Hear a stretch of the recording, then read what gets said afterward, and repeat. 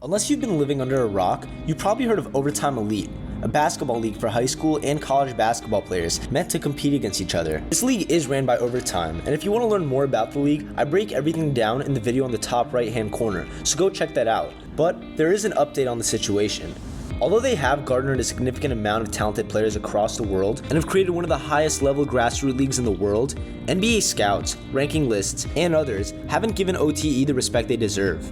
Overtime Elite has been referred to as a TikTok league and an uncompetitive basketball league that doesn't translate to next level basketball. But I'm here to say that statement is 100% false, and Overtime Elite is building something extremely special. When you look at all players in their inaugural season in 2021 to 2022, about 95% of those guys are currently on pro contracts or still playing in OTE. But when talking about success stories from the OTE, there's no better place to start than with the Thompson twins. Both Amen and Ausar Thompson were unknown 4-star recruits prior to signing with OTE, and although they had high major offers, they weren't anywhere on any draft boards and barely sniffed top 40 in the country. Just 2 years later, after showcasing their athletic gifts and skills on OTE's platform, they made history by becoming the first ever pair of twins to both be selected in the top 5 of the NBA draft. The same could be said about Dominick Barlow, who was an unknown 3-star recruit entering his post-grad year in high school, and just 9 months later landed a roster spot on the San Antonio Spurs and is now fully in the rotation with them, thanks to Overtime Elite. But there is one thing that makes the Thompsons and Barlow being drafted very, very important. Prior to this, there was a reputation for OTE having weak competition. If both the twins could come into the NBA and assert their dominance, this could really solidify Overtime Elite as one of the premier paths to the NBA, showing that the competition level in OTE isn't as bad as people said it was. On top of that, this will lead to more and more players being open to joining OTE, as not only does it offer big time money for their premier players, but now has an option for players to join as early as their freshman year on scholarship while maintaining their college eligibility. This essentially gives the top high school players in the world the opportunity to have college and pro level training and be in an environment where they can't get anywhere else as young as 14 years old. But besides for Barlow and the Thompson twins, OTE has still managed to produce NBA and pro level talent. Jai Smith, Jaylen Martin, and Jazian Gorman are all 3 former OTE players who are currently on roster spots for the NBA G League teams this upcoming season so far. And Bryce Griggs and Kok Hat both ran with the Philadelphia 76ers and Minnesota Timberwolves respectively for the NBA Summer League.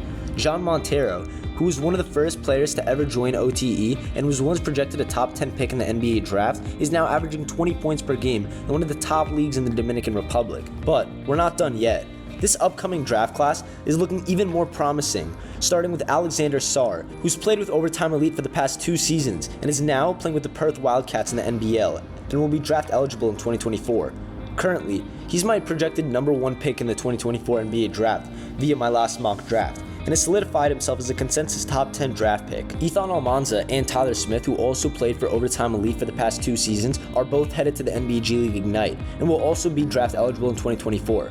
Almansa is currently projected 6th in my latest mock draft, and Smith is a fringe first round pick or early second rounder on my board. Reynan Dos Santos, who will make his OTE debut this year, has also picked up some buzz as a second round pick, and same with Nathan Misa Dio, who will be playing in his 3rd year with Overtime Elite and played with Maccabi Ra'ana, an Israeli pro basketball team, during their scrimmages against NBA teams like the Brooklyn Nets. These are all players who decided to forego their college eligibility and take contracts from OTE. But ever since Overtime Elite decided to shift their main strategy of signing players for contracts to giving them scholarships to maintain their college eligibility, OTE has been able to get an endless amount of 4 to 5-star prospects, including 2 who are off to play at Power 5 schools like Rob Dillingham to the University of Kentucky, a projected 2024 NBA draft pick, and Kannon Carlyle, one of Stanford University's highest ranked commits ever. Currently, OTE is absolutely loaded with 4 to 5-star prospects who decided to take the scholarship route, and will feature future college stars and potential NBA draft picks such as Karter Knox, UNC commit Ian Jackson, Purdue commit Kannon Katchings, Baylor commit Jason Asmota, Naas Cunningham, Bryson Tiller, Kentucky commit Somto Cyril, Ole Miss commit John Bull, Jayden Quaintance, and many, many more. So the talent is there. But besides that, Overtime Elite is transitioning from a pro route that's another option besides for college, NBA G League, or overseas, to a high school program prepping players for college and then the NBA. OTE in just 2 years of action has shown to be one of the more prominent options to the NBA. But now, with their new option of not paying players additional contract money to join them, has turned into an absolutely massive win for both the players and the league. For the league, now they can save millions of dollars worth of contract money in players and reinvest it back into other aspects of the league, while also being able to focus on obtaining a wider selection of prospects to potentially join OTE. For the players, they get to maintain their college eligibility and keep all doors open. So if they decide to go to college, they will have that option, but will also be welcomed back into OTE after high school and make additional contract money for a couple of years.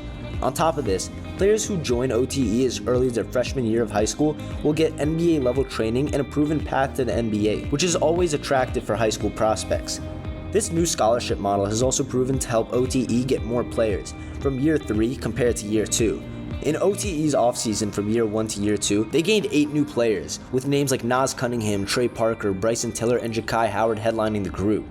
While they did pick up some big-time players, this past offseason, OTE's new scholarship model and the Thompson twins getting drafted proved to be huge in their efforts of signing new players, as they brought in 24 new players who are on OTE facility-based teams that don't include any players from the 5 new teams they created additionally, like the Blue Checks, Rolling Loud, and more. On top of playing each other, OTE has managed to schedule several highly anticipated exhibition games against some of the top high school teams and players in the country like Cam Boozer, Dylan Harper, and in the past Jared McCain, Bronny James, and so many more. But there is still a dilemma.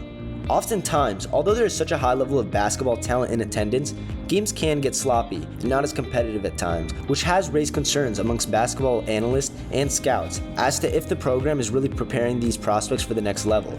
But like mentioned before, if the Thompson twins manage to pan out successful NBA careers, that rumor will become completely debunked. In case you're wondering about how OTE players actually do school and their learning, I'm about to break it all down for you.